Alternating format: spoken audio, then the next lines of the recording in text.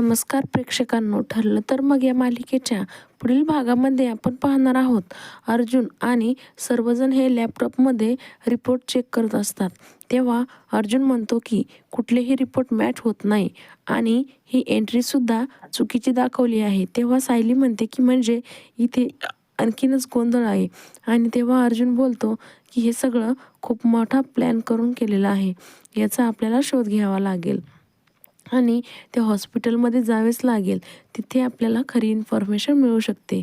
त्यानंतर अर्जुन बोलतो की ही डेड बॉडी अरेंज करणाऱ्याच्या माणसाचा 22 वर्षापूर्वी प्रतिमा हत्येच्या अपघाताशी संबंध आहे. तेव्हा सायली म्हणते की हाच माणूस आपल्या सगळ्या प्रश्नांचे उत्तर देऊ शकतो. तेव्हा सर्वजण विचारामध्ये पडलेले असतात. तर आता पुढील येणाऱ्या भागामध्ये अर्जुन आणि सायलीच्या हाती खोटी डेड बॉडी अरेंज करणाऱ्या व्यक्तीच्या हाती लागणार का, हे पाहणं खूप रंजक ठरणार आहे.